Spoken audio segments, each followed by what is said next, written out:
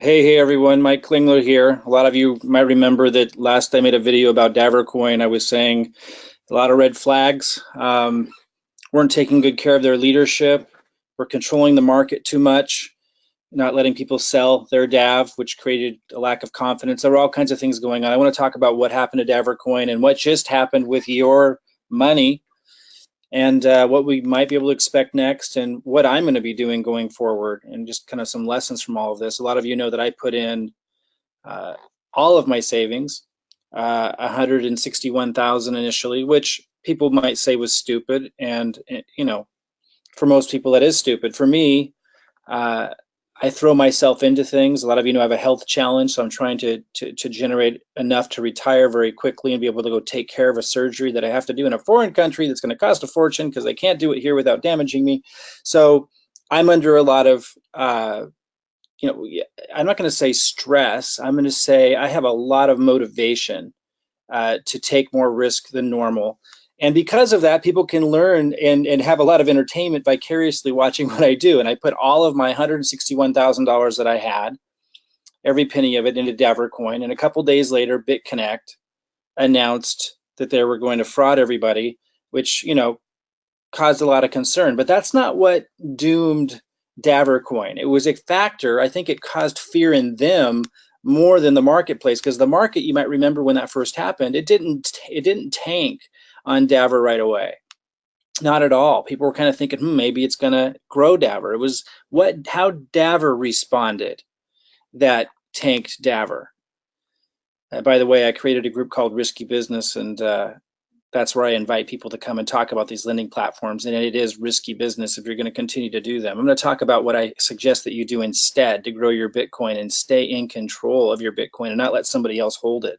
A lot of you might remember I was in a back and forth discussion with Julian, apparently the owner of DavorCoin, and just one of the emails here, I had to surrender because they had, as I talked about in my last video, they had locked me out of my account because they said that I violated the terms. Now, understand, they didn't email me first. They didn't ask any questions first. They just locked me out of my account with no communication whatsoever. And this is somebody who had put in $161,000 lend and then had put another $27,000 in after that from the interest. So I was really believing in them and giving them incredible, I was just putting a lot of faith into them, and that was how I was repaid, locking me out of my account because after a while, after I made a video and made a viral video saying, if you post this video, I told the story and I had everybody post the video about what they did to me all over the internet and email them. And I had thousands of people emailing them. Then they reached out.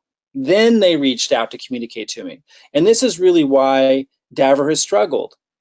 No, I'm not here to tear down Julian or anything. I just think people need to understand what really is the challenge with the lending platform industry beyond the regulatory issues is just a lack of leadership and care for people. And when you treat people badly, it wasn't just me. I heard of many that had been treated that way. People are going to stop lending. I wanted to stop lending after that. Others wanted to stop lending after that. We share our story. That's what happened to Davor. Now I ended up, he gave me some terms saying, by the way, what happened was the person that referred me to Davor couldn't find a referral link, and they wanted to go to bed, and I wanted to sign up, and so I said, send me your login information because they had just signed up, so I could find the referral link, and because of that, DavorCoin said that was my position. I was having two positions, and it's against their terms. And what I had said to them was, I can show you that the Bitcoin coming from my sponsor's account is being sent to another Bitcoin account and going into somebody else's bank. Like, we can do that instead of you just closing their account and locking me out of mine and making me pay back like all this interest and so forth that, most of it I just reinvested back into Davor. But they didn't want to do that. They didn't want to look at it. They just wanted to take a bunch of money out of what I had lent.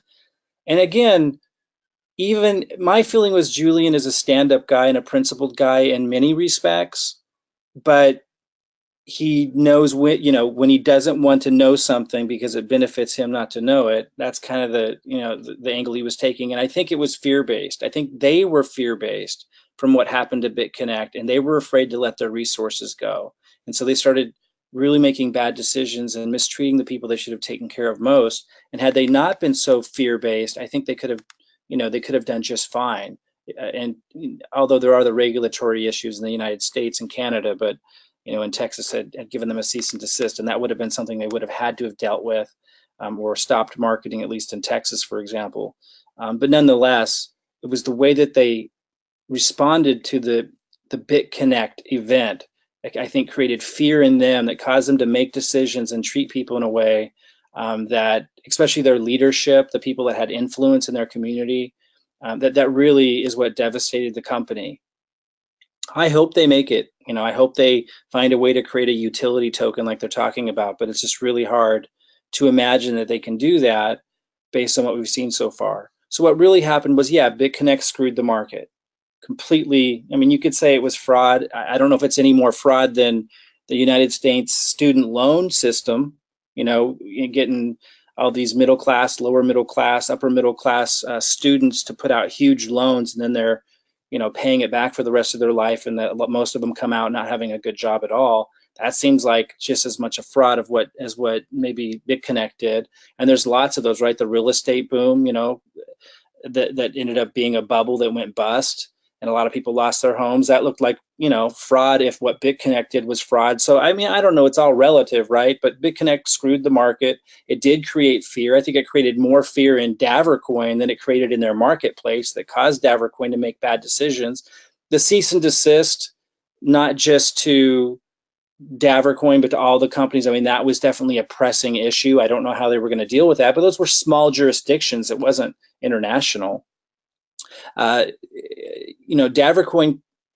their big mistake was they controlled the market too much. They prevented me from selling my DavorCoin. I put in $161,000 of my own money, which is now gone, which was everything I had. And again, I'm not complaining. I took the risk, but nonetheless, I'm just explaining what really happened.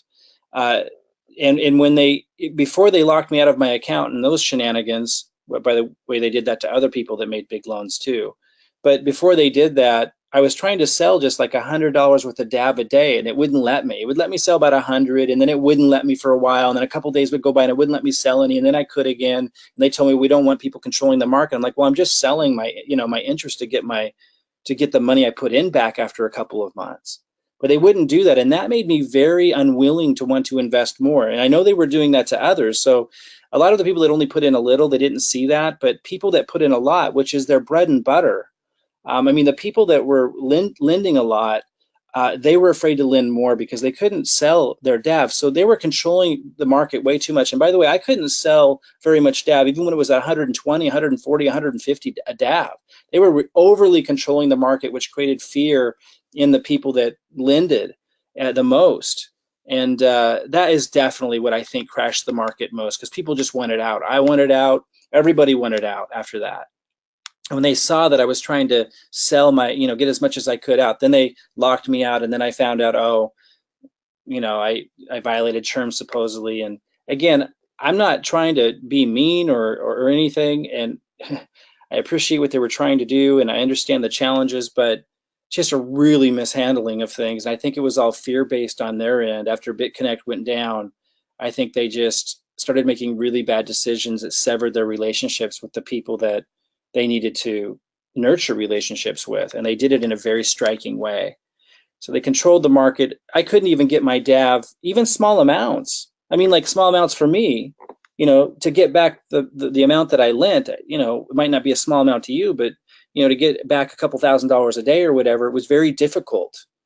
And it was very difficult to get the DAV even on an external exchange to sell. In fact, I couldn't get it on an external exchange, even when it was over like $100 a DAV. It's just crazy. Like, how could they possibly survive under doing those kinds of things? They didn't take care of their leaders. Poor communication, again, across the board, not just with everybody, but when I was asking them, hey, will you at least look at the facts here and see that these aren't my upline's account isn't my account. The person referred me, it's not my account. I just logged into their system because they don't know what they're doing from a technological perspective. They couldn't find the referral link. But they didn't want to look to see. I could have proven that very easily. They weren't interested in that. They had an agenda, and they followed through on that agenda, and it's what led to the demise. And then there was just a zero service oriented culture. And I think that's the biggest problem with the lending platform, except Monetize Coin. And I'm not promoting Monetize Coin, but they are very good at communicating. They're very customer oriented. I don't know if they're going to be able to survive everything that's going on, because now what Davor has done after BitConnect, I mean, there is a very fear-based culture in the whole lending platform industry, and a lot of regulatory issues and so forth. But nonetheless, Monetize Coin does handle themselves very differently, I just want to say, and Finecoin also, which I never was involved with, may consider it because they're changing their model apparently, where it's not going to be a lending platform, Finecoin. They're addressing the regulatory concerns. So I do see some glimpse of hope in the market where they're changing, and it'll be those who adapt and who treat people well and who communicate well, who look at adjusting the model to address regulatory concerns that might survive and do very well. So what happened to your Bitcoin? Well, they probably spent a lot on the business development in supporting what they did. They possibly saved some. Maybe they still have some. I'm assuming they have some for the next project.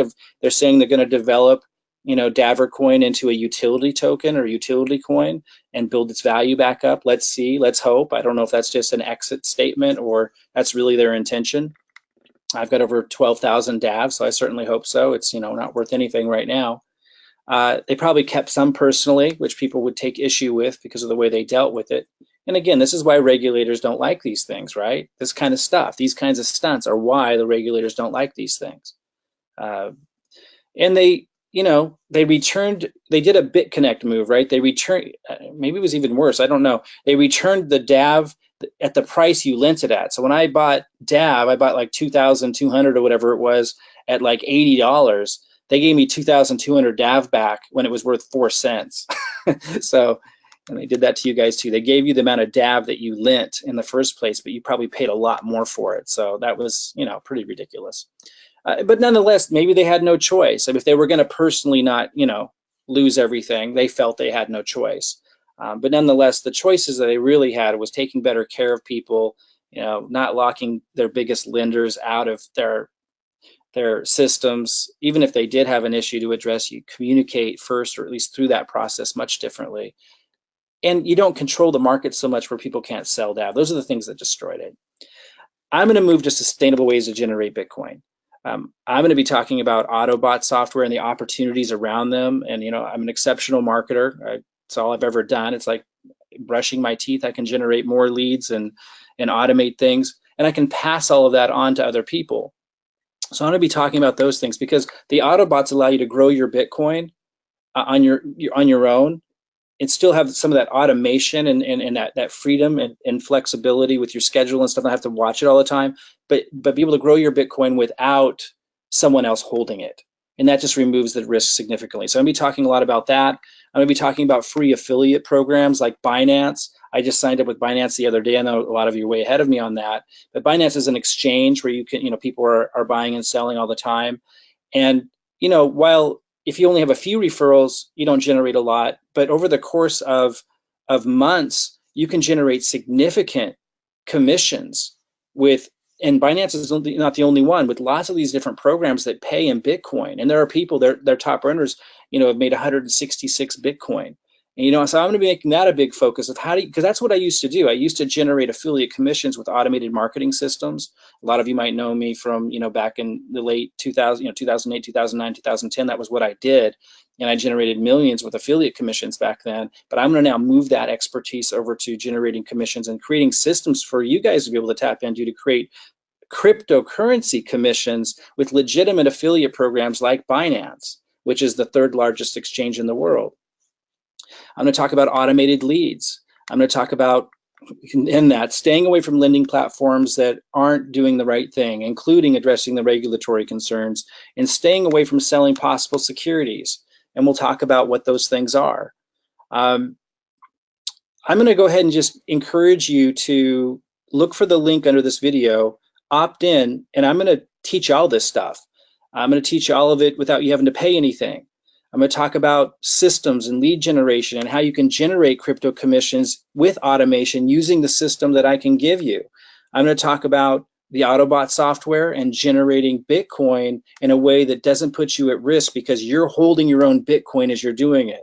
I'm going to be teaching you all kinds of opportunities around that for generating Bitcoin, because there's some incredible opportunities around marketing the Autobot software using the same system that I can help set you up with that generates leads and other crypto commissions like Binance. Like, it's all connected in a singular, simple system. That's what I do. I do have also a group for those of you who want to follow along with how the lending platform industry is developing. I call it Risky Business. And if you enter your name and email in the link below, you're going to learn about a group that you can join, not the Risky Business group, but another group where you can find a guide. And you'll learn about all that in the email you get. And you'll find a guide who can help you plug into all of these resources to figure this stuff out, and you don't have to pay for it. So again, my name is Mike Klingler. For those of you who followed my journey and followed, my story with DavorCoin, it came to an end, as you can see. Maybe the story isn't over. I would think it's fantastic if DavorCoin did invest into developing a utility coin that grew in value. That would be fantastic. I want to believe that. But until then, I'm going to be leading people and helping people with my systems, my marketing systems, to generate leads and generate cryptocurrency commissions in ways that are not so risky, that are sustainable, where you're holding your Bitcoin so no one can take it away from you. I'm going to show you how to automate it all and do phenomenally well as a marketer without having to create the system and the content and all of that yourself. So come on in, enter your name and email by clicking on the link below. You'll get an email from me. We're in transition, so the first email will just be kind of telling you what's to come, and you can keep following along in this journey as I evolve into doing something maybe a little bit more sensible, relying on my past knowledge and expertise in marketing, and blow this thing up in a way that's sustainable and that the regulators can appreciate as well. All right, I'll see you guys soon.